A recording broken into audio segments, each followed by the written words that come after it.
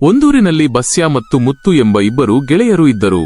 ಇಬ್ಬರಿಗೂ ಶಾಶ್ವತ ಕೆಲಸ ಏನೂ ಇರಲಿಲ್ಲ. ಆದರೆ ಐಡಿಯಾಗಳಿಗೆ ಮಾತ್ರ ಕೊರತೆ ಇರಲಿಲ್ಲ.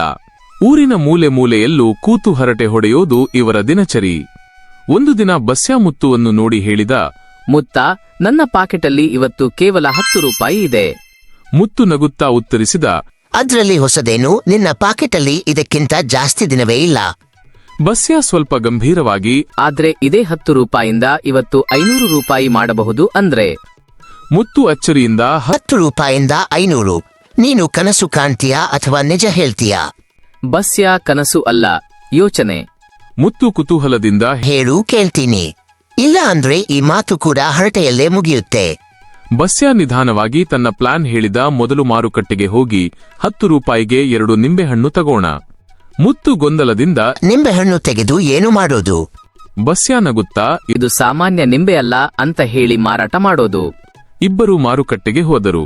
2 ಚೆನ್ನಾದ ನಿಂಬೆಹಣ್ಣು ತಗೊಂಡು ದೇವಸ್ಥಾನದ ಹತ್ತಿರ ಕುಳಿತರು. ಬಸ್ಯ ಜೋರಾಗಿ ಹೇಳಲು ಶುರು ಮಾಡಿದ, ಇದು ಅದೃಷ್ಟ ನಿಂಬೆ, ವ್ಯಾಪಾರದಲ್ಲಿ ನಷ್ಟ, ಹಣದ ಅಡಚಣೆ ಇದ್ದವರು ಮನೆಗೆ ಇಟ್ಟರೆ ಫಲ ಸಿಗುತ್ತದೆ. ಕೆಲವರು ನಿಂತು ಕೇಳಿದರು. ಒಬ್ಬ ವ್ಯಾಪಾರಿ ಮುಂದೆ ಬಂದು ಬೆಲೆ ಎಷ್ಟು ಎಂದು ಕೇಳಿದ. ಬಸ್ಯ ಶಾಂತವಾಗಿ, ಒಂದು ನಿಂಬೆ 250 ರೂಪಾಯಿ. ಮುತ್ತು ಒಳಗೊಳಗೆ ಬೆಚ್ಚಿಬಿದ್ದ. ಆದರೆ ವ್ಯಾಪಾರಿ ಕ್ಷಣ ಯೋಚಿಸಿ 250 ಕೊಟ್ಟು ನಿಂಬೆ ತೆಗೆದುಕೊಂಡ. ಇನ್ನೊಂದು ನಿಂಬೆಗೂ ಮತ್ತೊಬ್ಬನು 250 ಕೊಟ್ಟ. ಮುತ್ತು ಖುಷಿಯಿಂದ, ಬಸ್ಯ, ನಿಜವಾಗ್ಲೂ 500 ಆಯ್ತು. ಬಸ್ಯ ನಗುತ್ತಾ, ಹಣ ಬರೋದು ಕೈಯಿಂದಲ್ಲ, ತಲೆಯಿಂದ.